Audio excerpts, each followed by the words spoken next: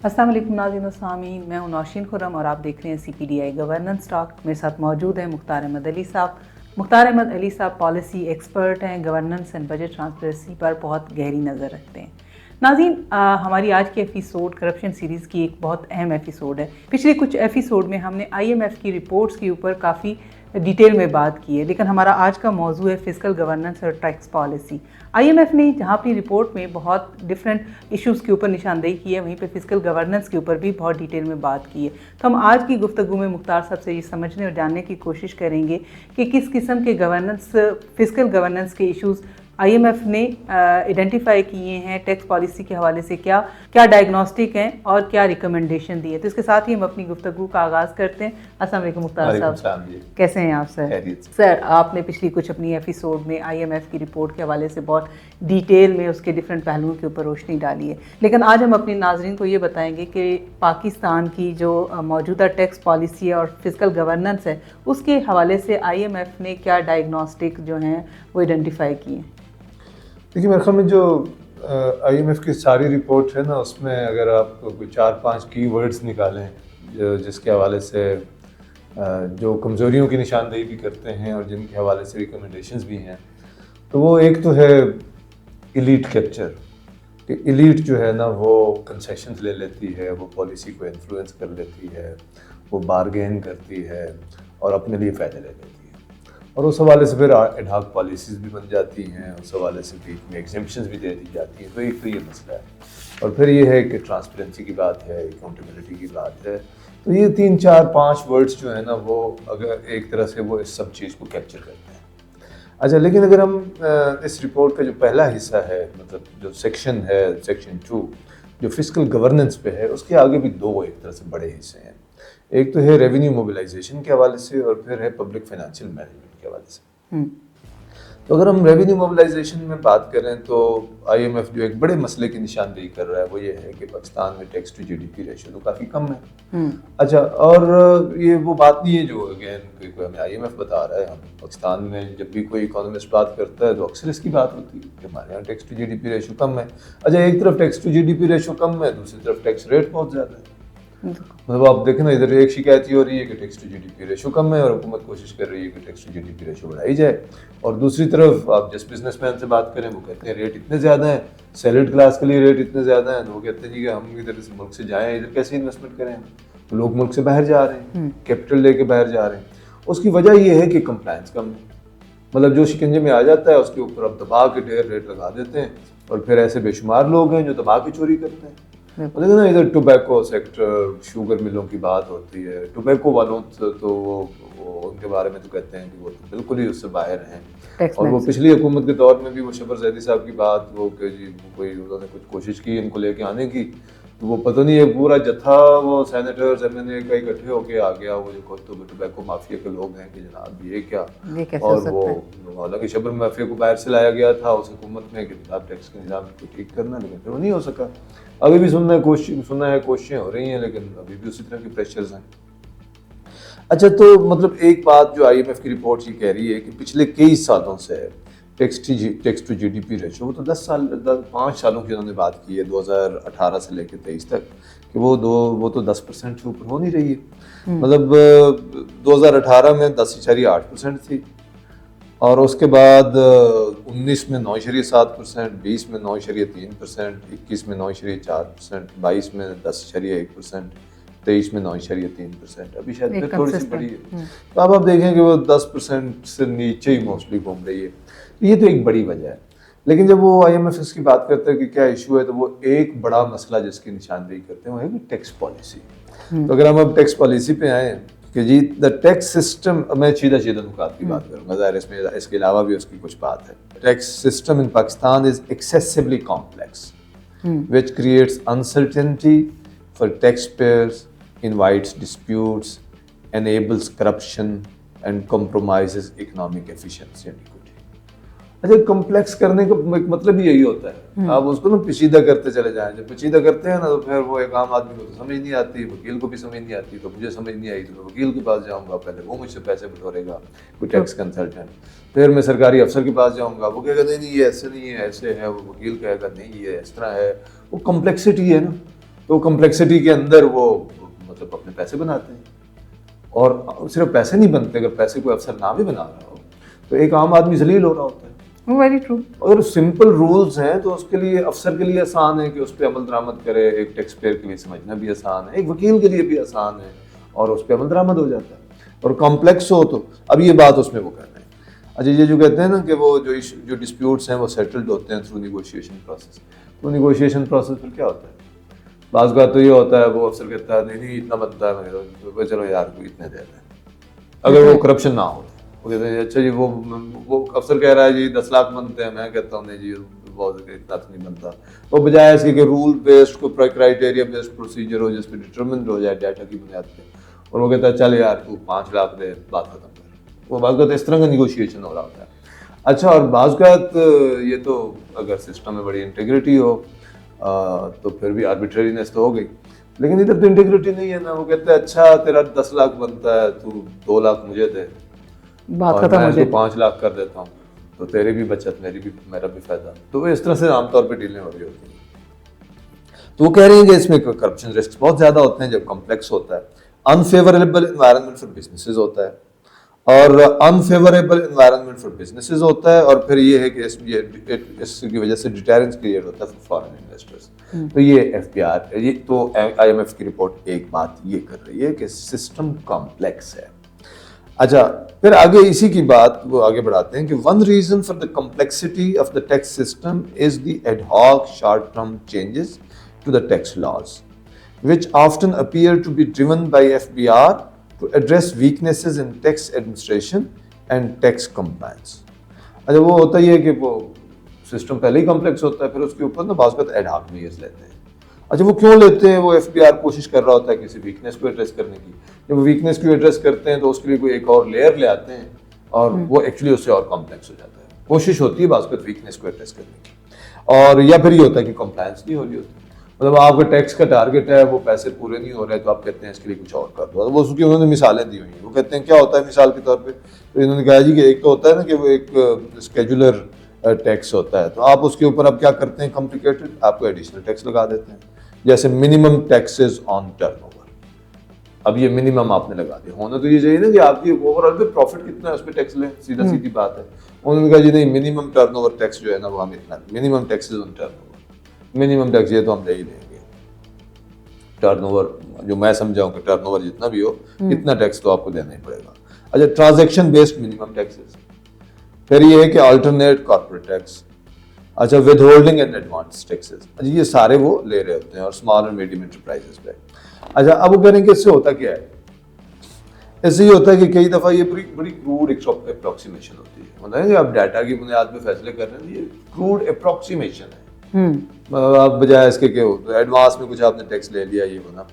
अच्छा, उसके नतीजे में वो किया, वो कहते हैं कि या अंडर पेमेंट होती है या ओवर पेमेंट होती है। अच्छा, ये अंडर पेमेंट मतलब मेरा टैक्स ज्यादा बनता था, या तो मैं कम दे रहा हूँ, या मैं ज्यादा दे, या उसके उलट है, या मैं ज्यादा दे रहा हूँ। अच्छा, ये तो खैर एक मसला है ना कि अप्रोक्सीमेशन है, क्रूड अप्रोक्सीमेशन। फिर एक ये भी होता है कि एक वो फेयरनेस का एहसास नहीं है कि जी वो पता नहीं मेरा कितना बनता था, इन्होंने ज्यादा ले लिया, कम ले लिया। एक मुसलसल लोग भी क्रिप कर रहे होते हैं और सरकारी अफसर भी कर रहे होते हैं। सरकारी अफसर कहते हैं ये इंडस्ट्री टैक्स देती नहीं है, और वो इंडस्ट्रियलिस्ट कह रहे होते हैं कि मैंने तो ज्यादा दे दी है, इन्होंने मुझसे ज्यादा बटोर लिया, एडवांस टैक्स दे दिया, फिर वो रिफंड के इश्यूज बन जाते हैं। मतलब एक ये, फिर वो ये कह रहे हैं कि FBR makes ample use of its rule making powers through statutory regulatory orders SROs which further complicate the tax system। मतलब एक तो वो सिस्टम पहले कॉम्प्लेक्स है, उसके ऊपर आपने एडवांस टैक्सेस और इस तरह के डाले हुए हैं, और फिर आप SROs भी इशू करते हैं। अच्छा, वो ये कह रहे हैं कि इन्होंने एफबीआर ने 2024 में 168 SROs इशू किए। अच्छा, वो ये मान रहे हैं कि दुनिया में होता है, ये पावर्स दी जाती है टैक्स अथॉरिटीज को SROs इशू करें, लेकिन पाकिस्तान में इसका काफ़ी ज़्यादा इस्तेमाल होता है। और बाज़ अगरचे इसमें वो मान रहे हैं कि इस दफ़ा कोई इसको एग्जेम्पशन देने के लिए कोई इतना ज़्यादा इस्तेमाल नहीं हुआ, लेकिन रिस्क है कि इसका इस्तेमाल रेंट सीकिंग के लिए या किसी को प्रेफरेंशियल ट्रीटमेंट देने के लिए हो, या करप्शन के लिए, इसका रिस्क होता है। मतलब आइडियली तो ये SROs वगैरह, अगर आपकी प्लानिंग इतनी अच्छी हो, आपकी तैयारी इतनी अच्छी हो, आपका सिस्टम इतना अच्छा हो कि आपको कम से कम SROs इशू करने पड़े। अच्छा, फिर वो ये कह रहे हैं क्या further erosion of the tax system is the range of tax preferences which are not well monitored and are likely being abused, although the authorities have committed to reform of tax incentives. अच्छा, ये होता है कि आप preferential tax treatments देते हैं ना, आप tax free economic zone create कर देते हैं, या बाज़ का जैसे ये हमारी होती है नॉट फॉर प्रॉफिट ऑर्गेनाइजेशन, उनको आप एग्जेम्प्ट कर देते हैं। अच्छा, वो कहते हैं कि ये ठीक है, ये तो है, लेकिन आप इसकी कोई मॉनिटरिंग भी दो ना, क्योंकि अगर आप मॉनिटरिंग नहीं कर रहे, लेकिन एक इदारा है वो वैसे फॉर प्रॉफिट एक्टिविटी कर रहा है, लेकिन उन्होंने नॉट फॉर प्रॉफिट वो ले लिया स्टेटस और वो पैसे बचाए जा रहे हैं, तो ओरिजिनली उनकी एक्टिविटी इकोनॉमिक है। अच्छा, इधर आपको लोग मिलते हैं, वो कहते हैं यार मैं फिर एक एनजीओ बना लेता हूँ, मेरा मेन कारोबार है, फिर मैं साथ में ये कर लेता हूँ। तो बहुत सारे कर भी रहे हैं, कॉर्पोरेट वालों ने भी बनाई है अपनी। हाँ, वो कोई छोटा मोटा चैरिटेबल साथ में काम शुरू करते हैं, और वो एक तरीका बन जाता है टैक्स एग्जेम्पशन का और टैक्स बचाने का। तो हमारे यहाँ एक, लेकिन इनका एक उस पर भी है, ये जो स्पेशल इकोनॉमिक जोन्स है ना, वो भी कह रहे हैं कि उनको भी फेज आउट करने की जरूरत है। अब अगर पता नहीं ये इकोनॉमिस्ट बेहतर जानते हैं, हमारे यहाँ तो एक तरीका रहा है कि आप स्पेशल इकोनॉमिक जोन बनाएं और उधर से इन्वेस्टमेंट को अट्रैक्ट करें।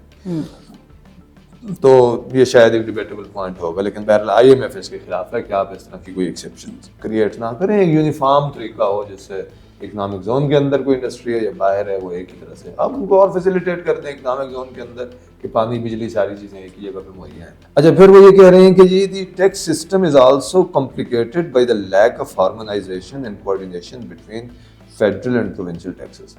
अब देखिए ना, फॉर एग्जांपल मेरी एग्रीकल्चरल इनकम भी है और मेरी कोई तनख्वाह भी है और मैं कोई साथ में साइड वो काम भी कर रहा हूँ, होता है ना, ऐसे लोग कर रहे होते हैं, बिल्कुल ऐसे ही। तो अब मैंने एग्रीकल्चरल टैक्स सूबाई हुकूमत को देना है, इनकम टैक्स जो मेरी सैलरी वगैरह पे है वो मैंने FPR को देना है, और कोई और इकोनॉमिक एक्टिविटी किसी और लॉ के अंदर उसको कोई सेल्स टैक्स ये होगा, तो इसकी हार्मोनाइजेशन होनी चाहिए। अब मैं तनख्वाह से अपना टैक्स दे रहा हूँ, लेकिन मेरा एग्रीकल्चरल टैक्स लेना तो सूबाई हुकूमत ने, लेकिन FPR को पता तो होना चाहिए ना कि ये कितना है। ये तो नहीं है ना कि मैंने सूबाई हुकूमत को कुछ और बताया और इधर इनको कुछ और बताया। तो मतलब इस तरह की वो कह रहे हैं कि हार्मोनाइजेशन जब तक नहीं होगी तो उसमें एफिशिएंसी नहीं आएगी। इस पे भी वो मान रहे हैं कि कुछ काम हो रहा है, लेकिन जाहिर है कि काफी सारी बेहतरी होगी। लैक ऑफ हार्मोनाइजेशन और कोऑर्डिनेशन जो है वो कहते हैं कि अभी भी एक इशू है। अच्छा, ये है वो मेन मसले जो वो टैक्स पॉलिसी के हवाले से कह रहे हैं। तो मेन बात उसमें ये है कि इसमें कम्प्लेक्सिटी है, और जब कम्प्लेक्सिटी है तो उसका आर्बिट्रेरी इस्तेमाल हो सकता है, उसमें निगोशिएशंस होती हैं, उसमें करप्शन होती है, उसमें आर्बिट्रेरीनेस आ जाती है, और बाज़ बात आप कंसेशंस देते हैं और SROs वगैरह का इस्तेमाल करके ये वैसे, और फिर उसकी सही मॉनिटरिंग नहीं आती है। तो ये क्रक्स है जब IMF की ये रिपोर्ट जो टैक्स पॉलिसी के हवाले से बात कर रही है। अच्छा मुख्तार साहब, अभी आपने बहुत सारी चीज़ें तो इसमें हम लोग शायद अक्सर डिस्कस होती भी हैं पाकिस्तान के अंदर के जो टैक्स है वो सैलरीड पर्सन ज़्यादा दे रहा है, लेकिन बड़ी बड़ी इंडस्ट्रीज़ को तो ज़रा उसमें इस्तेमाल होता है। छोटी छोटी जो इंडस्ट्रीज़ हैं वो अगेन फिर टैक्स नेट में आ जाती हैं, फिर एक अजीब सा सिचुएशन क्रिएट होती है। लेकिन ये आइडेंटिफिकेशन के बाद क्या IMF की रिकमेंडेशन भी इसी तरह की कोई सॉलिड रिकमेंडेशन भी है, ये क्या आप उसको कैसे? लेकिन इंडस्ट्री तो मेरे ख्याल में हमारे यहाँ इंडस्ट्री से तो टैक्स लिया जाता है। मतलब हमारे यहाँ एक कंप्लेंट ये रहती है कि मैन्युफैक्चरिंग सेक्टर में तो एक्चुअली बहुत टैक्सेस हैं, तो जिसकी वजह से हमारे यहाँ मैन्युफैक्चरिंग एक्टिविटी वो बढ़ नहीं रही है। अगरचे यहाँ पे भी दो बातें हैं, एक तो ये है ना कि वो मैन्युफैक्चरिंग इंडस्ट्री पे टैक्स रेट ज़्यादा है, लेकिन वो देखें ना, एक सीमेंट फैक्ट्री अगर 10 लाख बोरियाँ बना रही है तो वो डिक्लेयर अगर 5 लाख करते हैं, 5 लाख वैसे निकाल देते हैं। और ये टोबैको इंडस्ट्री यही काम करती है कि सिगरेट बनाते हैं बहुत ज़्यादा हैं और बाकी ब्लैक मार्केट हो जाती है। तो वो मतलब टैक्स रेट ज़्यादा है लेकिन कंप्लायंस कम है। होना तो ये चाहिए कि कंप्लायंस मुकम्मल हो और टैक्स रेट्स आपके कम हो, लेकिन इंडस्ट्री फिर बहरहाल वो है जो टैक्स नेट के अंदर किसी न किसी हद तक है। लेकिन हमारे यहाँ और बड़े सेक्टर्स हैं जो टैक्स बाहर हैं, जैसे हमारे शॉपकीपर्स हैं, हमारे डॉक्टर्स हैं जो कैश में डील करते हैं, हमारे वकील हैं जो कैश में डील करते हैं। इधर बहुत सारे कारोबार हैं ना, या जो सर्विस प्रोवाइडर्स हैं। अभी इन्होंने सैलून वगैरह और इस पे भी इन्होंने कोई बात की है टैक्स लगाने की, वरना वो सारे भी कैश में ही ऑपरेट वो सारा दिन बैठ के कैश लेते हैं, और कई तो वो हैं जो मतलब कई पेट्रोल पंप है वो आपसे क्रेडिट कार्ड एक्सेप्ट नहीं करते हैं, और कई इधर दुकानें हैं बड़ी मशहूर, मतलब वो बड़ी चलती हैं, लेकिन आप कहेंगे कार्ड से ले लो, कार्ड नहीं लेता है। हालांकि ये ऑफेंस होना चाहिए कि अगर आप कार्ड को रिफ्यूज क्यों करें। मतलब कोई दूर दराज के देहात में बैठा कोई बंदा जिधर इंटरनेट नहीं है तो चलो और बात है, लेकिन इधर इस्लामाबाद में बैठा कोई भी शॉपकीपर जो एक रीजनेबल साइज का है वो क्यों डिनाई करे। अच्छा, अगर रिकमेंडेशंस की बात आए जो टैक्स पॉलिसीज के हवाले से IMF ने दी हैं तो हम उसकी बात कर लेते हैं। उसमें एक बात तो वो ये कर रहे हैं कि जो पहली रिकमेंडेशन उनकी है कि complete the establishment of the tax policy office ensuring clear separation of tax policy function from FBR. अच्छा, ये पीछे मैंने उसकी पहले बात नहीं की है, लेकिन एफबीआर आईएमएफ की रिपोर्ट में एक बड़ी बात ये कि पॉलिसी फंक्शन और उसके पे जो इम्प्लीमेंटेशन है ना वो मिक्सअप हुई है। मतलब एफबीआर ही पॉलिसी की रिकमेंडेशन बनाता है, रिकमेंडेशन लेके गवर्नमेंट के पास जाता है, आईएमएफ एफबीआर ही जो है टैक्स इकट्ठा करता है। अब होता ये है कि मुझे एक टैक्स टारगेट दे दिया और एक पॉलिसी दे दी, हुकूमत ने दे दी। अच्छा, तो अब किसी वजह से वो मुझसे टैक्स का टारगेट पूरा नहीं हो गया और मैं ही पॉलिसी के रिकमेंडेशंस भी बनाता हूँ बैठ के, तो मैंने फिर कोई ऐसी पॉलिसी दे दी कि जिससे शॉर्ट टर्म में टैक्स ज्यादा आ जाए। अब मैंने उसमें ये नहीं सोचता कि भाई वो उससे इकोनॉमिक एक्टिविटी का क्या होगा, कोई मिल बंद तो नहीं हो जाएगी, कोई जो यहाँ पे जो मल्टीनेशनल कंपनी है वो मुल्क से भाग तो नहीं जाएगी। मेरा फोकस इस पे होता है कि मैं टैक्स पूरा कर लूँ, क्योंकि पॉलिसी में भी मेरा बहुत असर है पॉलिसी बनाने में। तो मैंने पॉलिसी ऐसी बनवा दी जिससे टैक्स तो आ जाएगा, लेकिन मैंने इस बात की केयर नहीं की कि उससे इंडस्ट्री के साथ या इकोनॉमी के साथ होगा क्या। मतलब शॉर्ट टर्म में आपने उसको निचोड़ लिया और वो इंडस्ट्री बंद हो गई, तो भाई फायदा क्या हुआ। अच्छा, तो जब ये दोनों फंक्शन आप इकट्ठे करते हैं तो ये रिस्क बढ़ जाता है। अच्छा, तो अब हमारी हुकूमत में वैसे ऑलरेडी इस पे काम हो रहा था कि आप पॉलिसी को अलग करते हैं, तो एक पॉलिसी यूनिट इस पे, और आईएमएफ ने इसको तस्लीम भी किया कि इस पे ऑलरेडी प्रोग्रेस है। लेकिन वो ये कह रहे हैं कि आप एक ऐसा जो टैक्स पॉलिसी ऑफिस बनाए जो प्रॉपरली एम्पावर्ड हो, उनके पास ड्राफ्टिंग की भी हो कैपेसिटी, और वो जो इंटरनेशनल टैक्सेशन पॉलिसीज की एंगेजमेंट होती है वो भी उधर ही हो। और फिर ये है कि जितनी भी प्रपोजल्स आती हैं वो भले ऑफिसर एफबीआर से इनिशिएट हों या कोई और लेकर आए कि पॉलिसी बदलनी चाहिए, तो वो इसके जरिए से रूट हों। ये नहीं है कि कोई एक दिन कारोबारी आदमी सीधा वजीर आजम के पास पहुंचा या फाइनेंस मिनिस्टर के पास पहुंचा और उसने कहा जी ये पॉलिसी तो बदलनी चाहिए, उन्होंने कहा हाँ बदल दो। भाई ये नहीं होना चाहिए, एक प्रोसेस फॉलो हो। वो टैक्स पॉलिसी ऑफिस में ये जाए बात, वहाँ पे एक्सपर्ट्स हों, टेक्नोक्रेट्स हों, वो इकोनॉमिस्ट हों, वो उसको एग्जामिन करें मार्केट की रोशनी में, डाटा की रोशनी में, फिर वो प्रपोजल को वेट करें तो ये आगे जाए, वरना वो वहाँ से आगे जानी नहीं चाहिए। हमारे यहाँ ये भी होता है ना कि टॉप पे पीएम ने कह दिया तो नीचे सारा सिस्टम बैठ जाता है, खुश हो जाता है। मतलब आपको एक सिस्टम बनाया हुआ है आपने, तो आप प्रॉपर्ली उस पर काम करके वजीर आजम को सही बात बताएं। ये तो नहीं है ना कि वजीर आजम का मूड देखें जी, अच्छा वो ये चाह रहा है तो चलो जी उसके मुताबिक चीजें बना के ले जाएं। हमारे यहाँ ये बड़ा रोल है, और ये सिर्फ वजीर आजम की बात नहीं है, फाइनेंस मिनिस्टर कहेगा या कोई हमारे जो और पावरफुल इदारे हैं, कहीं से कोई आती है ना कि इसको ऐसे कर दें, तो वो सारा सिस्टम फिर लग जाता है उसकी खुशनुदी में कि भाई ये कह रहा है, ये बहुत बाख्तियार है, ये तो हमें नुकसान भी पहुंचा सकता है इतना, तो इसकी तो बात माननी पड़ेगी, बजाय इसके कि उसको जाके समझाएं कि सर ये नहीं हो सकता, इसका ये नुकसान हो जाएगा। तो वो आईएमएफ अब अरे ये हो सकता है कि टीपीओ बन भी जाए टैक्स पॉलिसी ऑफिस, लेकिन होता यही रहे, जी अजूरी होती रहे। अच्छा, होना तो ये चाहिए कि ये सिस्टम भी बन जाए, टीपीओ भी, और ये जी अजूरी वाला कल्चर भी खत्म हो और वो सही तजावीज़ ऊपर जाए, तभी इसका मसला हल होगा। अच्छा, दूसरी उसकी तजवीज़ ये आ रही है कि जी publish a medium term tax simplification strategy that reduces rates schedules, special regimes, excessive withholding and advanced taxes, rationalizes tax exemption and scales back the rule making power. Rule making power FBR के पास भी एक अफसर है, क्योंकि वही खुद SRO वगैरह rule करते रहते हैं। तो ये कह रहे हैं कि इसके लिए एक medium term tax simplification strategy बनाए। अच्छा, ज़ाहिर है अब ये एक जनरल सी रिकमेंडेशन है, लेकिन इसके अंदर वो मेन मसला यही है कि आप इस कम्प्लेक्सिटी को कम करें, इसको सिंपल करें, ताकि सिंपल होगी तो करप्शन भी कम होगी, उसके आर्बिट्रेरी यूज़ वो भी कम होगा या डिस्क्रेशनरी यूज़। तो अब उसमें सारी वो बातें वो कर रहे हैं कि आप इसमें रेट्स को कम करें, स्पेशल रिजीम्स को कम करें, excessive withholding and advance taxes की रिजीम को कम करें, रैशनलाइज करें टैक्स एग्जेम्पशंस को, मतलब इतनी ढेर सारी एग्जेम्पशन की हुई हैं, मतलब रैशनलाइज का मतलब कि कुछ तो आपको देनी पड़ेगी लेकिन कम करें, और रूल मेकिंग पावर को भी किसी स्ट्रक्चर में लेकर आए, उसको स्केल बैक करें। अच्छा, तो एक ये काम उन्होंने जिम्मे लगाया, ये भी मिनिस्ट्री ऑफ फाइनेंस ने एक तरह से करना है, टीपीओ ऑफिस ने करना है और उसने करना है। तो ये स्ट्रेटजी बनेगी तो फिर दायरे मॉनिटरिंग भी होगी। वो मीडियम टर्म कह रहे हैं, मतलब मीडियम टर्म का मतलब यही होगा कि 2-3 साल में आप कर। तीसरी बड़ी रिकमेंडेशन उनकी ये है कि provide an annual report on the implementation of the tax simplification strategy. अच्छा, एनुअल रिपोर्ट वो क्यों कहते हैं कि भाई आप स्ट्रेटजी तो बना ली आपने, लेकिन क्या अब स्ट्रेटजी बना के फिर उसमें अमल दरामद भी करना है ना। स्ट्रेटजी बनाएंगे तो वो टारगेट सेट करेंगे, कोई उसके माइलस्टोन्स होंगे, फिर ये नहीं है कि फिर बना के दराज में रख दें। हाँ, वही इम्प्लीमेंटेशन के इशू जैसे रहते हैं। हमारे यहाँ ये होता है कि वो स्ट्रेटजी डॉक्यूमेंट भी पहले तो इधर डॉक्यूमेंट बनाने पे हम उसको, वो होता है हमारा ज़बानी कल्चर है, तो ये कर दो वो कर दो, अभी मुझे ख्याल आया तो ऐसे कर दो, सुबह ख्याल आया तो ऐसे कर दो, तो ये हमारे यहाँ अक्सर होता रहता है।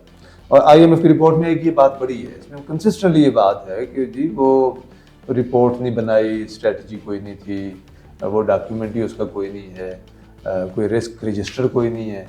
तो वो क्यों कह रहे हैं? वो कह रहे हैं कि भाई ये रिस्क मैनेजमेंट, आप देखिए ना चेयरमैन FBR या बाकी अफसर रिस्क मैनेज करते ही होंगे, बिल्कुल। लेकिन वो ऐसे ही है कि मुझे अभी ख्याल आया कि ये फलां रिस्क भी हो सकता है, तो मैंने किसको फ़ोन दे मारा, और रात को 10 बजे भी दे मारा, सुबह कर दिया, यार ये देख लेना वो देख लेना। वो काम कुछ ना कुछ हो रहा होता है। हाँ। लेकिन एक होता है ना कि ऑर्गेनाइज्ड तरीके से, कि आपकी प्रॉपर स्ट्रेटजी हो, आप उसको मॉनिटर कर रहे हो।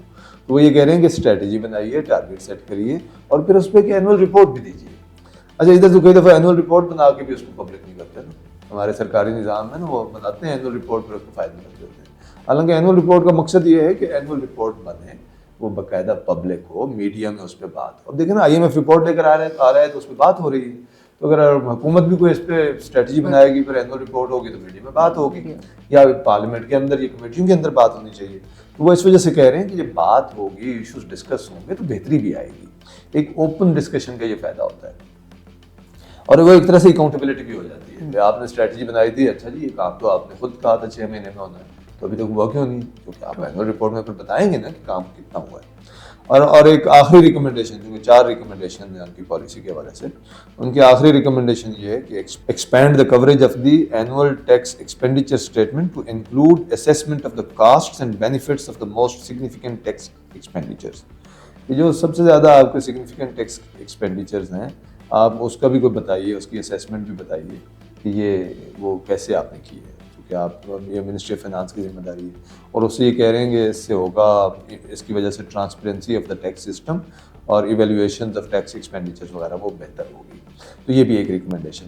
तो ये 4 रिकमेंडेशन हैं जो पॉलिसी के हवाले से इस रिपोर्ट में IMF ने दी है, और मेरे ख्याल में ये बहुत अहम रिकमेंडेशन है। अगर इन पर वाकई अमल दरामद हो जाए, सिर्फ ये नहीं है कि फॉर्म में, हमारे ये होता है ना कि आप इदारा बना दें ये वो, लेकिन मेन बात ये है कि वो जो टॉप से आती है ना कि आप ये कर दें वो कर दें, डिस्क्रेशन वगैरह, और एक बाकायदा सिस्टम चलाने की बजाय, डाटा बेस्ड एविडेंस बेस्ड चलाने की बजाय, आप इधर से डायरेक्टिव, उधर से डायरेक्टिव, उधर से फ़ोन, उधर से सिफारिशें, और ये बेशुमार। मतलब हमारे यहाँ आप किसी भी सरकारी अफसर के साथ बैठेंगे ना, इस तरह के अहम महकमों में, वो उधर फौजी अफसर भी कर रहे होते हैं, इंटेलिजेंस अफसर भी कर रहे होते हैं, सिविल अफसर भी कर रहे होते हैं, सियासतदान भी कर रहे होते हैं।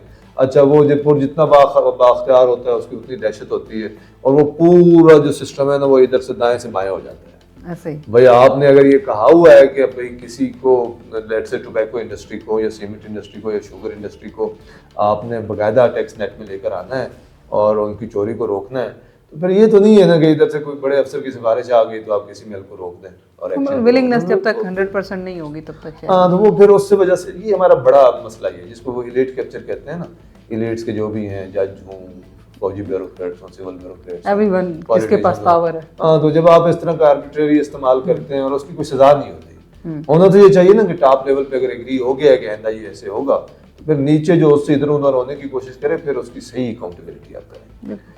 अच्छा मुख्तार साहब, आपने बात की, जब आप अपनी इश्यूज़ के ऊपर भी बात कर रहे थे, रिकमेंडेशन में भी, कि पाकिस्तान में ज़्यादा टैक्स तो देते ही हैं, एक बड़ा सैलरी तबका जो है वो भी टैक्स दे रहा होता है। रिपोर्ट में कहीं पे मेंशन भी है कि कोई 5300 अरब रुपीज़ जो है वो टैक्स वसूल भी हुआ, लेकिन वो कहाँ गया उसकी कोई अभी उसमें कोई गैप्स नज़र आते हैं। अच्छा, क्या टैक्स की कमी एक बड़ा इशू है, या रेवेन्यू की जो एडमिनिस्ट्रेशन है उसका प्रॉब्लम है पाकिस्तान में? तो रेवेन्यू एडमिनिस्ट्रेशन के हवाले से क्या कहती है ये रिपोर्ट?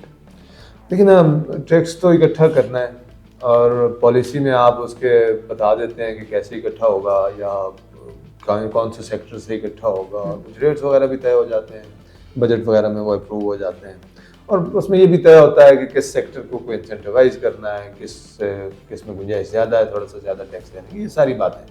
क्योंकि अल्टीमेटली देखिए ना, आपने टैक्स पॉलिसी के कोई ऑब्जेक्टिव्स होंगे ना, आपने मुल्क के अंदर इकोनॉमिक एक्टिविटी को प्रमोट करना है, आपने ऐसी इकोनॉमिक एक्टिविटी को मिसाल के तौर पे प्रमोट करना है जिससे जॉब्स क्रिएशन हो, आपने मुल्क के अंदर इन्वेस्टमेंट को लेकर आना है, आप चाहते हैं मुल्क के अपना इन्वेस्टर भी उसमें इन्वेस्ट करे, तो ये टैक्स पॉलिसीज के इस तरह के ऑब्जेक्टिव्स होंगे ना। या आप कुछ चीज़ों को डिस्करेज कर रहे होंगे, let's say ji unhealthy foods को हमने डिस्करेज करना है तो उस पर आप लेट्स से टैक्स बढ़ा देंगे, ये शुगरी ड्रिंक्स हैं इनके ऊपर टैक्स बढ़ा दो, होना तो ये चाहिए ना। या जी सिगरेट्स हैं जी इससे नुकसान होता है सेहत का, इसके टैक्स बढ़ा दो। या हमारे यहाँ देखें वो तेल इतना ढेर लोग इस्तेमाल करते हैं, कुकिंग ऑयल, मतलब 22-24 किलोग्राम हमारे बंदा पर कैपिटा इस्तेमाल हो जाता है। अगर हुकूमत चाहे कि इसको कम करें, अगर ये कोई पॉपुलर बात नहीं होगी जो हर घर में वो होता है, तो अगर हुकूमत चाहे कि नहीं इसको कम करना है, इससे तो दिल की बीमारियां पैदा हो रही हैं, वो कहें जिस पे टैक्स ज़्यादा कर दो, तो टैक्स पॉलिसी के बहुत सारे ऑब्जेक्टिव्स हो सकते हैं। अब बात ये है कि टैक्स पॉलिसी से अपने ऑब्जेक्टिव तो तय कर दिए, अब उसके नीचे उसके कोई तरीकाकार भी तय हो गया, अच्छा जी कितना टैक्स रेट्स वगैरह वगैरह कैसे कलेक्शन होगी वो भी हो गया, लेकिन अब वो किसी ने करना है ना काम, तो वो तभी होगा ना अगर आपकी टैक्स एडमिनिस्ट्रेशन बड़ी अच्छी हो, एफिशिएंट हो, करप्ट ना हो, कॉम्पिटेंट हो, तो तभी वो काम होगा। अब इस हवाले से जब आप देखते हैं ना तो IMF ने उसमें काफ़ी सारे मसाइल की बात की है। अब वो कहते हैं, इन्होंने खुद बल्कि बताया है कि क्या होना चाहिए, वो कहते हैं कि एक रोबस्ट डिजिटल इंफ्रास्ट्रक्चर होना चाहिए। मतलब अगर आपने एक अच्छी एडमिनिस्ट्रेशन बनानी तो डिजिटल इंफ्रास्ट्रक्चर, आज का तो ज़माना ही डिजिटल का है, आप मैक्सिमम मतलब बजाय इसके कि वो बंदा बैठा डील कर रहा हो, बहुत सारी चीज़ें डिजिटल डाटा से तय हो जानी चाहिए। अच्छा, फिर ये कि advanced data analytics for risk based audits होना चाहिए, कि मतलब आपके पास एनालिटिक्स हो जिससे पता चल जाए कि यार कहाँ पे रिस्क है, आप उधर ही जाके ऑडिट करें। अब आप हर ट्रांजैक्शन का ऑडिट तो कर नहीं सकते, मतलब इतने तो रिसोर्सेज नहीं होते ना, लेकिन जब आप एनालिटिक्स का वो यूज़ करते हैं और ऑटोमेटेड ऑडिट्स AI को यूज़ करते हैं, तो आपको पता चल जाता है कि यार यहाँ पे प्रॉब्लम है, तो फिर आप थोड़ी स्टाफ से बेहतर रिजल्ट्स ले सकते हैं क्योंकि आप एनालिटिक्स यूज़ करते हैं। अच्छा, फिर वो IMF ये कह रहा है कि रियल टाइम इंफॉर्मेशन का निज़ाम होना चाहिए और वो अक्रॉस एजेंसी शेयर होनी चाहिए। तो ये तो नहीं है कि इंटेलिजेंस एजेंसी के पास कोई इन्फॉर्मेशन है वो रियल टाइम में पहुंच ही नहीं रही है मुल्क अफसर तक। अच्छा, फिर स्ट्रॉन्ग लीगल फ्रेमवर्क होना चाहिए। अच्छा, फिर एक टैक्स पेयर्स राइट्स की बात को कर रहे हैं, टैक्स पॉलिसी जो है वो इसको भी तो एड्रेस करेगी ना। एडमिनिस्ट्रेशन जो है कि एडमिनिस्ट्रेशन ने इंश्योर करना है कि लोगों के राइट्स भी प्रोटेक्ट हों। ये तो नहीं है कि हमने टारगेट मीट कर ली और लोगों के साथ हमने ज्यादती कर दी, जिसका टैक्स 100 रुपये बनता था उससे हमने 5 रुपये वसूल कर ली, और हमारे यहाँ ये हो रहा है। लेकिन ये इनडायरेक्ट टैक्सेस जो है, वो एक रेडी वाला गरीब आदमी, मजदूर आदमी, वो कोई चीज़ खरीदता है तो ढेर सारा टैक्स, सेल्स टैक्स पे करता है और वो उसको कभी कोई रिफंड नहीं मिलता, या इनकम टैक्स उससे कट जाता है, उसे पता भी नहीं, उसको कभी कोई रिफंड नहीं मिलता। सेल्स टैक्स का तो पता रिफंड होता है या नहीं, लेकिन ये इनकम टैक्स का कि अगर आपसे इनडायरेक्ट इनकम टैक्स आपने दे दी है, ये मोबाइल फोन के जब मिसाल के तौर पे उस पर टैक्स कटता है, पैकेजेस करते हैं सारे पैसे कट जाते हैं, तो वो गरीब आदमी वो तो टैक्स नेट में वो आता ही नहीं था, तो आपने उससे ले लिया। अच्छा, फिर इसी तरह से वो ये कह रहे हैं कि टैक्स पेयर्स एजुकेशन होनी चाहिए, ये भी एक तरह से एडमिनिस्ट्रेशन का काम है। रिस्पॉन्सिव सर्विस डिलीवरी हो, ये एडमिनिस्ट्रेशन ही करेगी। सिंप्लीफाइड प्रोसीजर्स हों to reduce compliance cost, compliance के कास्ट बढ़ जाती है अगर सिस्टम को कॉम्प्लेक्स हो, और कंप्लायंस की कास्ट कम हो जाती है अगर सिस्टम सिंपल हो। अच्छा, तो अगर हम आगे इस पे चलें तो वो जो मेन मसले जो आइडेंटिफाई कर रहे हैं, इसमें सारे बहुत सारी बातें हम सीधा बातें कर रहे हैं। तो एक तो ये कह रहे हैं कि लो टैक्स मोरल है, मतलब मोरल जो मैं ऐसे समझा हूँ कि वो जो टैक्स देने वाला है उसको भी मोरल कम है कि यार ये मेरे साथ, मैं सिस्टम में आ गया तो मेरे साथ क्या होना है। और वो शायद एक रीज़न ये भी हो सकती है ना कि जब हम टैक्स पे करें तो उसके अगेंस्ट क्या स्टेट दे रही है, क्या गवर्नमेंट की क्या हेल्थ एजुकेशन इतना स्ट्रांग है, तो ये भी एक कंट्रीब्यूट, लेकिन वो भी एक तरह एक तो एजुकेशन का काम है और दूसरा ज़ाहिर लोगों को ये तासुर देने की बात है कि भाई हम इस पैसे का सही इस्तेमाल करेंगे। लेकिन अगर वो मुझे पता हो कि भाई मैं तो टैक्स दे रहा हूँ, देखिए जी मैंने लाख रुपए कमाया था, 20,000 ये ले जाएंगे या 30,000 ये ले जाएंगे, तो फॉर एग्जाम्पल, और फिर मुझे पता हो कि एक तो ये मुझसे ज़्यादा ले रहे हैं, दूसरा इन्होंने इसके अगेंस्ट कोई सर्विस भी नहीं देनी है, तो फिर वो मोरल तो नहीं रहता ना। अच्छा, और लेने वाले का भी यही होता है, वो जो टैक्स इंतजामिया के अंदर भी अगर एडमिनिस्ट्रेशन के अंदर फेयरनेस नहीं है, एडमिनिस्ट्रेशन के अंदर इंटरनली अगर फेयरनेस नहीं है, मतलब एक ऑनेस्ट अफसर है जो सही काम करता है उसको आपने खुद लाइन लगाया हुआ है, और एक करप्ट अफसर है उसको आपने प्रमोशनें दी हुई है और वो तो अय्याशी करता फिर रहा है, उसके तो ताल्लुकात भी हर तरफ हैं, वो नाम फेंकता है, मैं फलां के साथ रात को बैठता था उधर, ये वो, मतलब उसकी तो कश्ती और है, मतलब एक तरफ वो करप्ट बेशुमार है, दूसरी तरफ उसका बेशुमार है और उसको पोस्टिंग भी अच्छी मिल रही है, तो फिर मोरल क्या होगा। लेकिन आपने परवर्स इंसेंटिव्स क्रिएट कर दिए ना। तो वो ये बात कर रहे हैं और कह रहे हैं कि वल्नरेबिलिटी फॉर करप्शन जो है उसमें काफ़ी है। अच्छा, ये नहीं है अभी मतलब रिसेंटली जो IMF इसको एक्नॉलेज भी कर रहे हैं कि रिसेंटली जो रिफॉर्म्स हुई हैं उससे काफ़ी फ़र्क भी पड़ा है। मतलब इन्होंने एक लिस्टें बना के ना कोई इंटेलिजेंस एजेंसीज की रिपोर्ट्स लेकर बहुत सारे करप्ट ऑफिसर्स को और इनकॉम्पिटेंट ऑफिसर्स को साइड लाइन किया हुआ है। लेकिन बात ये कि साइड लाइन कर देना तो काफ़ी नहीं है ना। और बात तो ये है कि उनको आप सही तरह से अकाउंटेबल ठहराइए। वो कहते हैं जी कि जो इसमें गैप है ना वो कोई 3.4 ट्रिलियन रुपए का गैप है। अगर एडमिनिस्ट्रेशन बेहतर काम कर रही हो ना तो 3.4 ट्रिलियन ज़्यादा इकट्ठा हो सकता है, मतलब 3.9% ऑफ GDP बढ़ सकता है, मतलब 4% अब कह लें। तो अगर अभी 11% के लगभग है मेरे ख्याल में टैक्स टू GDP रेशो, तो 4% अगर आप इसको प्लग कर लें तो 15% तो आराम से हो सकता है। अच्छा, फिर IMF में इसकी कॉन्टेक्स्ट की बात भी हुई है जिसमें वो कुछ चीज़ों को अगेन एक्नॉलेज कर रहे हैं। वो कह रहे हैं कि फेसलेस वैल्यूएशन का सिस्टम आया है। ये जो इनके थे ना वो जो असेसमेंट्स वगैरह होती हैं इनके क्या अप्रेजर्स वगैरह, तो उसका इन्होंने एक फेसलेस सिस्टम इंट्रोड्यूस करवाया है जिसमें मौजूदा चेयरमैन साहब आए हैं। तो वो काफ़ी कामयाब किया है, उसमें करप्शन कुछ कम हुई है। फिर invoicing, payment, point of sale system, video monitoring वगैरह, इन्होंने बहुत सारी मिलों में जाके ना वीडियो मॉनिटरिंग के सिस्टम लगाए हैं। तो भाई ये वीडियोस लगेंगी और आपकी ये सारी जो चीज़ें इन आउट हो रही हैं ये सारी पता चलेंगी। फिर पाकिस्तान सिंगल विंडो का सिस्टम, तो मतलब IMF ये एक्नॉलेज कर रहा है कि इसमें काफ़ी चीज़ें आपने की हैं, बेहतरी आई है। फिर वो आगे ऑर्गेनाइजेशनल डिज़ाइन की बात कर रहे हैं जिसमें वो बता रहे हैं कि आपका तो ऑर्गेनाइजेशनल डिज़ाइन भी जो है ना, IMF जो FBR है वो एक कॉम्प्लेक्स सिस्टम है ना। एक हेडक्वार्टर है, हेडक्वार्टर के नीचे फिर इनके ना वो कई डायरेक्टोरेट्स हैं, जैसे डायरेक्टोरेट जनरल, जैसे है director general intelligence and investigation, वो कस्टम्स का अलग है मेरे ख्याल में, और इनलैंड रेवेन्यू का अलग है। फिर DG broadening of the tax base है।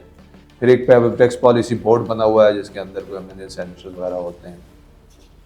लेकिन वो कह रहे हैं कि there no formal executive committees with oversight of a specific strategic area such as internal audit और कंप्लायंस रिस्क मैनेजमेंट। ये इन्होंने काफ़ी हाईलाइट किया है कि इंटरनल ऑडिट का फंक्शन वीक है और कंप्लायंस रिस्क मैनेजमेंट नहीं होती है। जैसे मैंने पहले कहा ना कि वो हो तो रही होगी शायद, लेकिन ऐसे ही है, वो चेयरमैन को बैठे ख्याल आया कि यार इधर रिस्क हो सकता है, उसने बात कर दी। किसी और को ख्याल आया, उसने बात कर दी।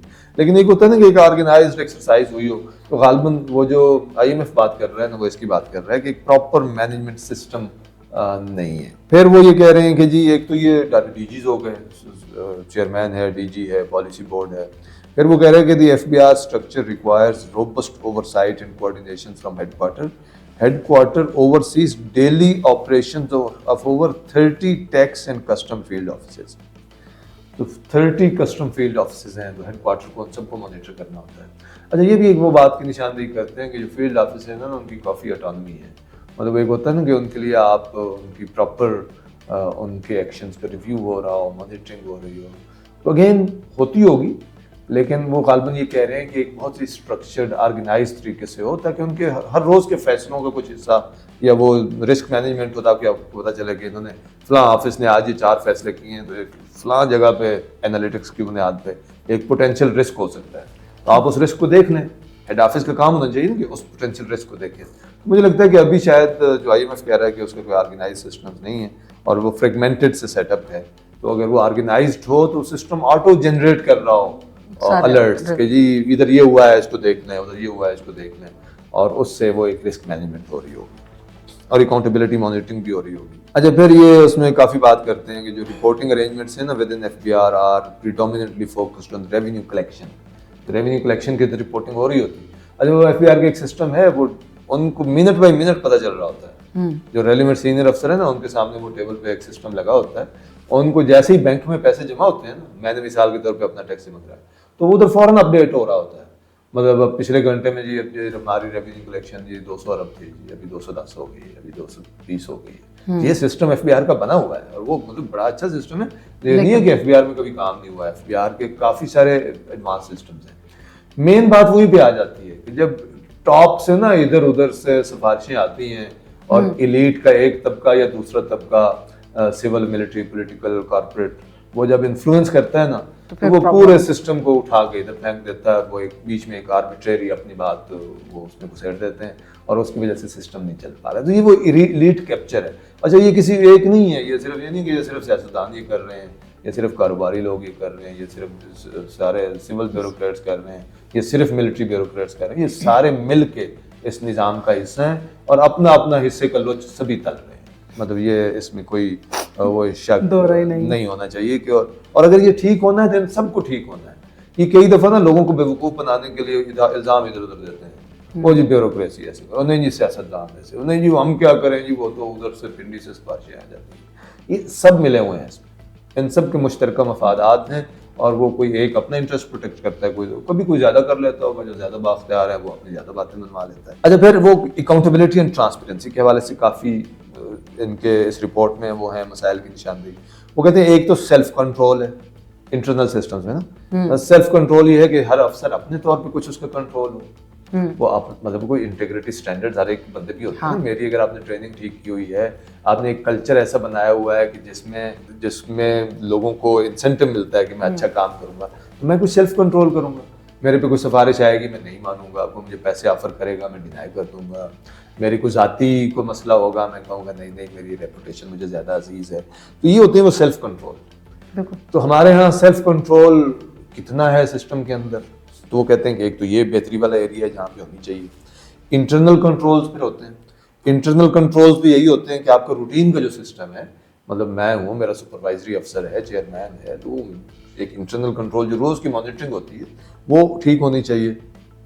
फिर इंटरनल ऑडिट होता है कि जी एक तो है ना कि मेरा सुपरवाइजर उससे बड़ा अफसर और वो मेरे एक चेन ऑफ कमांड में हो रहा है। एक ये कि इंटरनल ऑडिट का फंक्शन हो जो चेयरमैन एफबीआर को रिपोर्ट करे और वो फिर वक्तन फक्तन कोई रिस्क बेस्ड इंटरनल ऑडिट्स भी कर लें।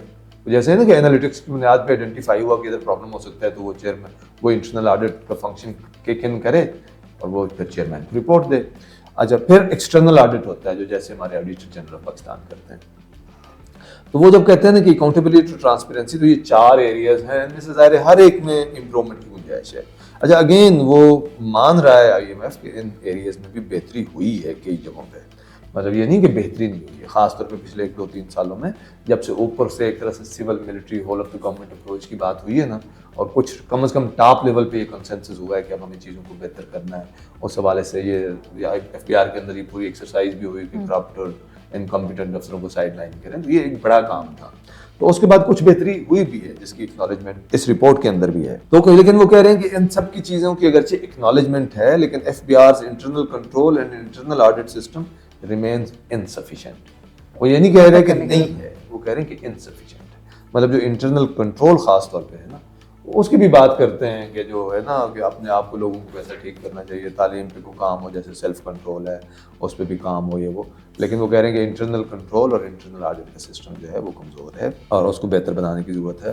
फिर वो ये कह रहे हैं कि जो AG है ना, वो doesn't conduct information audit systems. अच्छा, एक और बात मिसाल के तौर पे उन्होंने बड़ी इंटरेस्टिंग की है कि जी वो जो कंप्लायंस है ना, मिसाल के तौर पे अकाउंटेंट जनरल जो है वो एक्सटर्नल ऑडिट्स करता है, लेकिन वो कह रहे हैं कि the FBR's compliance with Public Accounts Committee's directives was only 4.7% over the last 5 years।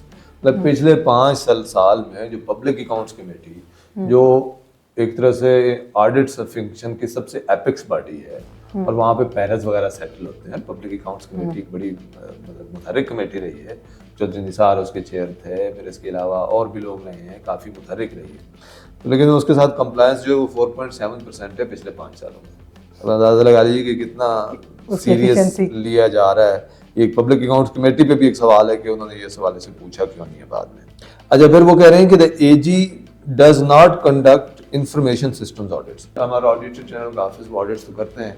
अच्छा, एक तो होता है ना सिंपल वो हिसाब किताब का ऑडिट, लेकिन वो परफॉर्मेंस ऑडिट भी उनके मैंडेट में है। अगर इस हवाले से उनकी कुछ कंफ्यूजन भी रही थी कि परफॉर्मेंस ऑडिट आप कर सकते हैं या नहीं कर सकते, लेकिन AG का मौक़िफ़ ये था कि हम कर सकते हैं। लेकिन वो ये कह रहे हैं कि इधर जो है ना वो इन्होंने FBR के IT सिस्टम्स का तो कभी ऑडिट किया भी नहीं है। अच्छा, तो लेकिन एक इंटरेस्टिंग बात उन्होंने की है कि the AG reported that FBR did not grant access taxpayers data, कि जी हमने तो इस वजह से नहीं किया कि एक्सेस टैक्स पेयर्स डाटा नहीं दिया है। अच्छा, लेकिन आगे IMF कह रहा है कि which is not needed to undertake in ISA। अगर आपने ISA करना था, इंफॉर्मेशन सिस्टम्स ऑडिट्स करने थे, तो उसके लिए वो डाटा तो नहीं चाहिए था। मतलब डाटा तो वो कॉन्फिडेंशियल डाटा है ना, टैक्स पेयर्स का डाटा है, लेकिन वो अजीब सी मंतक को गालमन ऑडिटर जनरल ने दी कि उसके लिए हमें वो डाटा नहीं किया। तो बहरहाल वो ये कह रहे हैं कि इन्होंने वो नहीं किया था। होनी चाहिए कैपेसिटी कि आप इंफॉर्मेशन सिस्टम्स के भी ऑडिट करें, होना चाहिए। अच्छा, ये उन्होंने वैसे आइडेंटिफाई किया है कि FBR के जो इंफॉर्मेशन सिस्टम्स हैं ना, उनमें कमजोरियां हैं, उनमें प्रॉब्लम्स हैं और उनके ऑडिट्स सही तरह से नहीं। अच्छा, फिर एक और अहम बात जो उसमें कर रहे हैं कि जो प्रॉल्स current oversight system and risk culture need significant strengthening. अच्छा, ये FBR भी इसको एक्नॉलेज करता है, IMF भी इस पर भी बात कर रही है कि जो प्रॉल्स का सिस्टम है ना, उसमें काफ़ी वीकनेसेस रही हैं, उसकी मिसयूज भी हुआ है माजी में। फिर ये है कि effective oversight by FBR over PRAL is crucial. मतलब प्रॉल की इन्होंने गालमन के लिए कंपनी सी बनाई हुई है, लेकिन वो ये कह रहे हैं कि FBR की इफेक्टिव ओवरसाइट होनी चाहिए, नहीं कि कंपनी बना दी आपने तो आपकी जिम्मेदारी उस पर कम हो गई है। अच्छा, while basic mechanism such as weekly project portfolio meetings and a service level agreement are in place, the FBR must have continuous assurance that PRAL operates within its mandate and complies with all FBR requirements. तो कह रहे हैं कि कुछ ना कुछ system in place है, मतलब FBR में काम हो भी रहा है, वो ऑलरेडी इसको रिकग्नाइज करते हैं, IMF की रिपोर्ट में भी इसका जिक्र है, लेकिन वो ये कह रहे हैं कि इसको FBR को इसकी कंप्लायंस ज़्यादा बेहतर बनाने की जरूरत है। अच्छा, फिर ह्यूमन रिसोर्स के हवाले से काफ़ी उनकी तजावीज़ जो उन्होंने मसाइल की निशानदेही की है FBR ने, वो कहते हैं कि जो absence of human resource strategy जो है वो नहीं है। फिर वो कह रहे हैं कि FBR faces significant turnover rate among it's senior management. अच्छा, ये एक और बड़ा मसला, ये हमारी गवर्नेंस का ना अक्रॉस द बोर्ड एक बड़ा मसला है। सिवाय इसके कि हमारे आर्मी चीफ टर्म पूरी करते हैं या एयर चीफ पूरी करते हैं, या हमारे सिविल में तो कोई टर्म पूरी नहीं करता, इधर तो खैर वज़ीर आज़म भी नहीं पूरी करते रहे, लेकिन नीचे तो माशाल्लाह वो अभी तो खैर पंजाब का IG काफ़ी अरसे से है, लेकिन पिछले दौरे हुकूमत में पता नहीं कितने IGs बदले, चीफ सेक्रेटरीज कितने बदले, FBR के चेयरमैन कितने बदले। इन्होंने 1988 से एक भी चेयरमैन ने अपनी टर्म पूरी नहीं की, मतलब 1988 से एक भी चेयरमैन को 3 साल नहीं मिले, आप अंदाजा लगा लीजिए। और जो औसत उनकी टेन्योर रहा है ना, वो 8.8 मंथ्स रहा है, मतलब 9 महीने भी पूरा उनको नहीं मिला है ऑन एवरेज। ये मौजूदा चेयरमैन का और हमारे ब्यूरोक्रेसी का वो कल्चर भी रहा है कि पिछला आएगा तो जब अगला आएगा तो वो कहेगा पिछले वाले ने ये काम नहीं किया था। वो एक बंदा नया आता है, वो 2-3 महीने तो उसको समझने में लग जाता है, वो टीम चीम अपनी बनाता है, कुछ चीज़ों को समझता है, और इस दौरान में जनाब वो साजिशें शुरू हो जाती हैं। जब वो किसी जगह पे आता है तो फिर अब देखो ना, जिसको 9 महीने मिले हैं या 8 महीने मिले हैं, तो इसका मतलब ये है ना कि वो आया 2-3 महीने सेटल हुआ, और अभी उसने काम शुरू करना होगा, तो जो हटाने की साजिशें शुरू हो गई ना, वरना 3 साल उसको क्यों नहीं मिले हैं, तो वो कोई शुरू हो जाते हैं, मुझे लगा है इसमें तो ये उसमें कीड़े निकालना शुरू कर दिए, बस फिर वो है वो गया और एक नया बंदा आ गया। तो एक इस मसले की इन्होंने निशानदेही की है।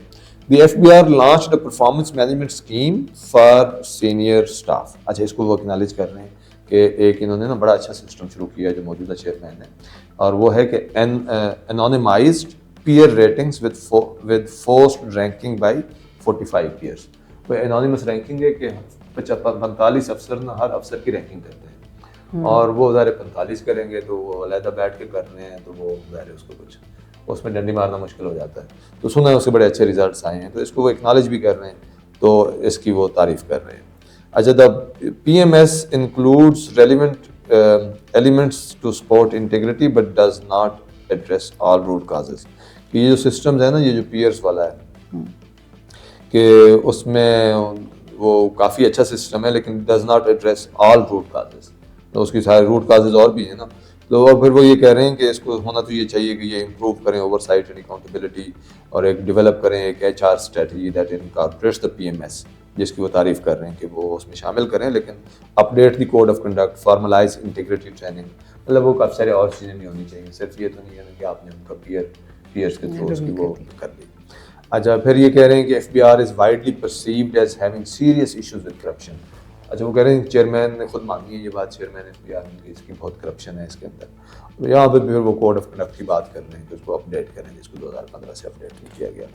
अच्छा, वो कई चीज़ें ना जो वेस्ट से लोग आते हैं, वो कहते हैं इनकी बड़ी अहमियत है, वो ट्रेनिंग करवा दें, कोड ऑफ कंडक्ट कागज़ पर लिखी हुई बात हो, लेकिन हमारे कल्चर में ना वो कहते हैं लिखने से क्या फ़र्क पड़ता है, वो अफसर ठीक होगा तो काम ठीक होगा नहीं, मतलब उधर ऊपर से आपने करप्ट अफसर लगाया हुआ है, उधर से 50 सिफारिशें सियासतदानों से या सिविल मिलिट्री ब्यूरोक्रेट से रोज आती हैं, तो हमने कोड ऑफ कंडक्ट लिख भी लिया तो क्या होगा? क्या फर्क वो कई दफा ना हमारे यहाँ वो बड़ा वो आ जाता है, हमारे अफसर Casual ये लेते हैं कहते बहुत वो सारी अच्छा अफसर भी होगा तो वो कहेगा आप कौन सी बातें करते हैं, हमें इधर कौन से प्रेशर से डील करना होता है, और आप कहते हैं कि हमने इधर कोड ऑफ कंडक्ट लिख के तो उसको अफसरों को भेज दिया है, तो वो कोड ऑफ कंडक्ट लिख के भेजेंगे और बाद में मैं ही उनसे बैठ के कह रहा हूँ यार ये ऐसे नहीं कह, वो फलाना अफसर तो ये कह रहा है, और उधर से पिंडी से या इस्लामाबाद से या कहीं से भी प्रेशर आ रहा है तो वो कहेंगे बस सारे कोड ऑफ कंडक्ट साइड पे जाएंगे, तो फिर उस पर क्या अमल दरामद होना है?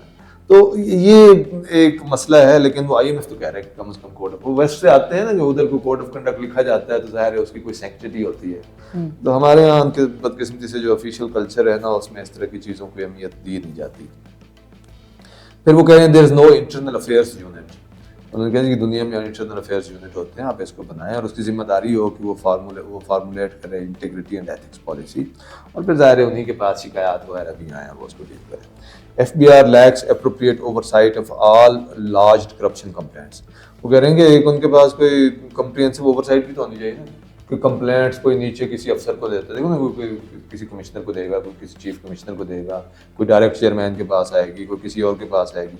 अच्छा वो उधर कोई बना हुआ भी है इंटीग्रिटी मैनेजमेंट सेल, फिर रीजनल इंटीग्रिटी कमेटीज भी बनी हुई हैं, तो उनके पास भी आ रहे होंगे। तो कह रहे हैं कि होना ये चाहिए कि एक सिस्टम हो जिसमें ये सारी चीज़ें आएँ और फिर उसकी ट्रैकिंग भी हो रही हो। The FBR annual report for 2023-24 indicates 46 disciplinary actions for inland revenue and 107 for customs. जब वो कहते हैं कि ये तो हुआ है, एनुअल रिपोर्ट में जिक्र है। The inability of the FBR to provide a breakdown of how many of these cases are related to corruption or to reconcile the total number of received complaints reflects a weak focus on addressing reducing corruption. मतलब वो कह रहे हैं कि system तो कुछ बना हुआ है लेकिन उसके अंदर जो है ना उसकी ओवरसाइट वगैरह और उसमें से आपको सही तरह से डाटा देना वो उसमें कमजोरियां हैं। फिर वो कह रहे हैं कि investigation of corruption cases is governed by various rules, regulations and sanctions with no guidance or resolving the resulting regulatory ambiguity. तो बहुत सारे सिस्टम है, इंटरनल भी हो रहा होता है, फिर civil servants efficiency and discipline rules हैं, उसके तहत कार्रवाई होती है, फिर बाद मामला आपको FBR में FIA को भेजने होते हैं। तो कह रहे हैं कि इस हवाले से ज़रूरत है कि जो है ना वो डिसिप्लिनरी प्रोसीडिंग्स वगैरह। अच्छा फिर ये कि डिसिप्लिनरी प्रोसीडिंग्स जो होती हैं वो 17 ग्रेड से ज़्यादा ऊपर वाले अफसर हों तो वो चेयरमैन को भेजा जाता है, या 20 ग्रेड से ज़्यादा के अफसर हों तो वो प्राइम मिनिस्टर को भेजा जाता है। तो मतलब वो एक पॉलिटिकल लेयर भी आ जाती है कि 20 से बड़े किसी अफसर के खिलाफ कार्रवाई चाहिए तो प्राइम मिनिस्टर की अप्रूवल चाहिए। भाई अगर वो करप्ट साबित हो गया है तो फिर इतने लंबे चौड़े क्या तरीकों में घूमना है, तो ऊपर से वज़ीर आज़म कह दे कि नहीं मतलब ये तो होना ही नहीं चाहिए, और अगर रखना भी है तो फिर कम से कम नीचे से अगर साबित हो गया ये बात तो फिर उस पर अमल दरामद होना। फिर एक इनका पूरा सेक्शन है जो रिस्क कल्चर पे बात कर रहे हैं कि इधर जो है ना रिस्क के मैनेजमेंट के सिस्टम्स कमज़ोर हैं, और वो कोई होना ये चाहिए ना कि आप देखें कि सेपरेशन ऑफ ड्यूटीज़ कैसे करनी है, कौन सी ड्यूटीज़ इकट्ठी करते हैं तो उससे रिस्क बढ़ जाते हैं। मतलब एक पूरा रिस्क मैनेजमेंट सिस्टम होना चाहिए, आप रिस्क असेस करें और रिस्क मैनेजमेंट सिस्टम बनाएं। फिर वो ये कह रहे हैं कि जी ये जो है ना the response to recent report of a possible AI, वो कहते हैं कई दफ़ा जो है ना ब्रीच होती है ये AI सिस्टम्स वगैरह, और उसके लिए भी एक वो भी रिस्क मैनेजमेंट के सिस्टम के तौर पे होना चाहिए। मतलब रिस्क मैनेजमेंट पे इनका काफ़ी सारा फोकस है। फिर अगर एक बात वो कर रहे हैं कि despite a wide range of registration initiatives more needs to be done to bring taxpayers into the system. वो कह रहे हैं ये होता है ना कि भाई आप टैक्स पेयर्स का वो आए उसमें टैक्स नेट में आए और फाइलिंग वगैरह हो। हाँ तो वो ये कह रहे हैं कि जी FBR ये कह रहा है कि 5 मिलियन जो टैक्स पेयर्स रजिस्टर्ड हुए हैं जिन्होंने अपने रिटर्न्स वगैरह ज़ाहिर जमा कराए हैं, तो वो IMF की रिपोर्ट ये कह रही है कि FBR ये कहता है कि बस ये तकरीबन काफ़ी है, इसमें कोई बड़ा गैप नहीं है।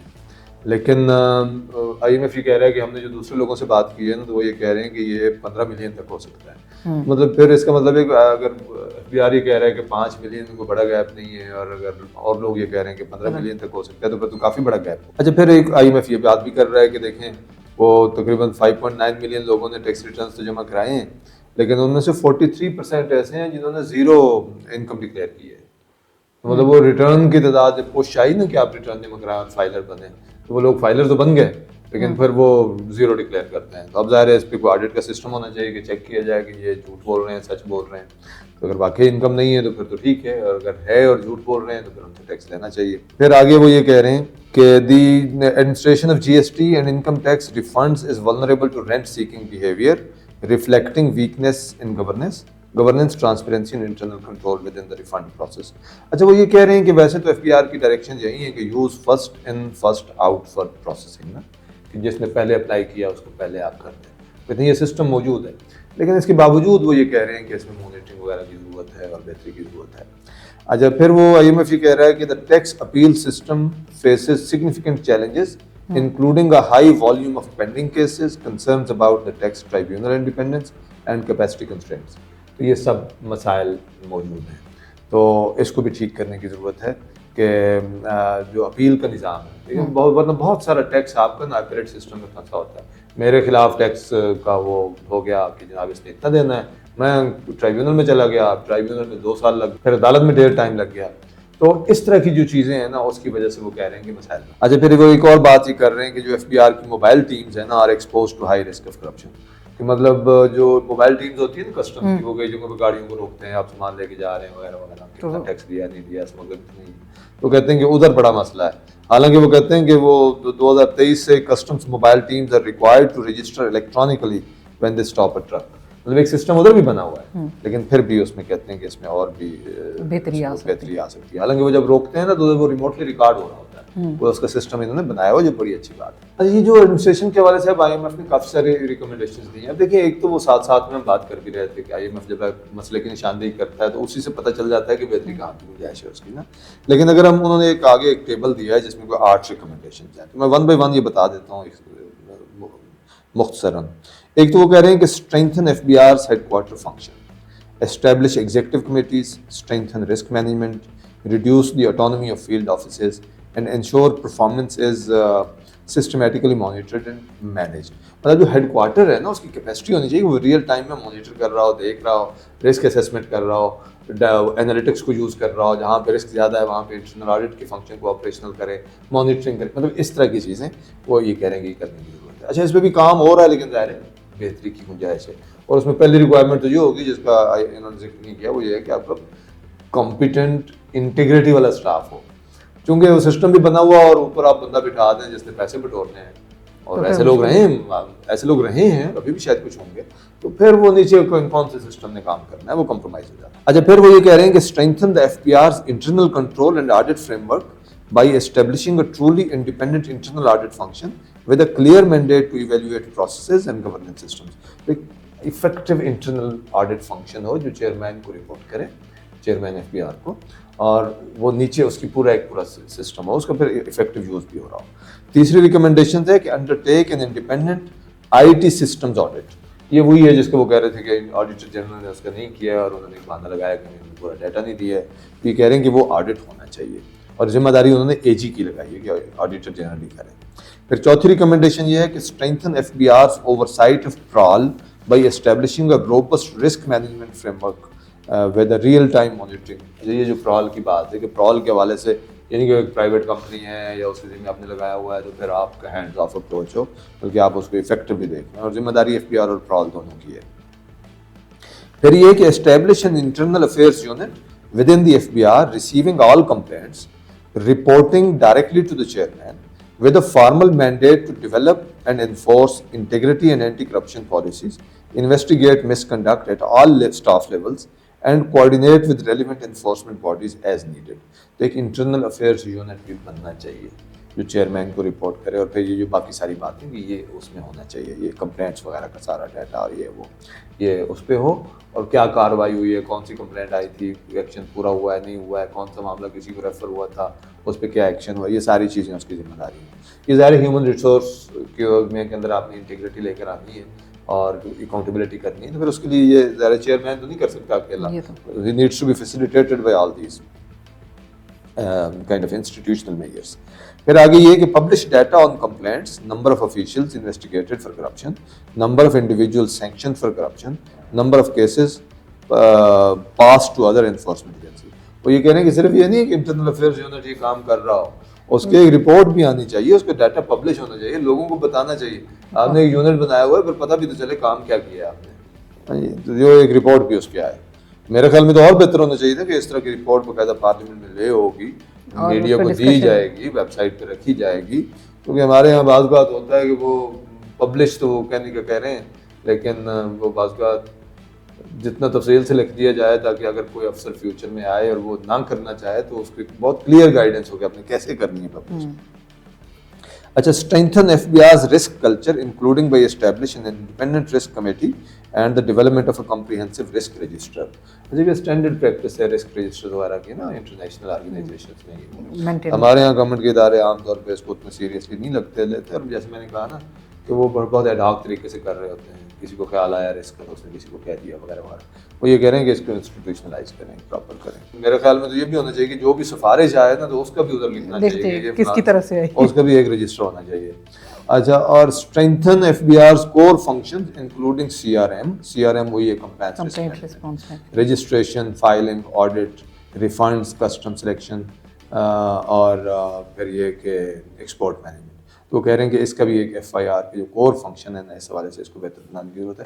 तो ये की रिकमेंडेशन है। अच्छा, अगर आप इसका एनालिसिस करें ना तो ये जो मेन चीज़ें इसमें हैं, अगर ये एड्रेस हो जाए तो वाकई काफ़ी अच्छा हो जाएगा। मतलब इस रिकमेंडेशन में कोई कमी नहीं है, मेरे ख्याल में उन्होंने बहुत अच्छे तरीके से उसका इहाता किया है। सिवाय इसके कि वो बात होता है ना, एक लोकल इंस्टीट्यूशनल कल्चर की कुछ चीज़ें होती हैं, वो IMF तो दुनिया की बेस्ट प्रैक्टिस के लेंस से उसको देख रहा है ना, वो कई चीज़ें जो उन्होंने लिखी होंगी ना, वो हमारा जैसा बंदा बैठा होगा तो कहेगा यार ये आपके सिस्टम के लिए ठीक है, हमारे लिए तो ये ज़्यादा बेहतर है कि इधर बंदा वो लगा हो जो कॉम्पिटेंट हो, वो ऑनेस्ट हो, वो, और फिर ये है कि वो ऐसा हो कि ये इन सिफारिशों को जो बेशुमार आती हैं और जो माफियाज बने हुए हैं हमारे मुल्क में और एक दूसरे को सपोर्ट करते हैं, और तो इनको को रेजिस्ट कर सके, और कुछ इनको भी खुदा हिदायत दे, ये जो ऊपर बैठे हुए हैं, जो एलीट कैप्चर है, जिसका जो एलीट है, जो मतलब पता होता है हर एक को। मतलब देखिए, बेशर्मी की कौन सी हद होगी कि एक कंपनी का मालिक है, उसने सैकड़ों अरब रुपए की चोरी कर रहा है, और एक और बड़ा अफसर बहुत बड़े ओहदे पे उसी को सपोर्ट कर, हाँ, और वो बैठा उसकी सिफारिश कर रहा हो।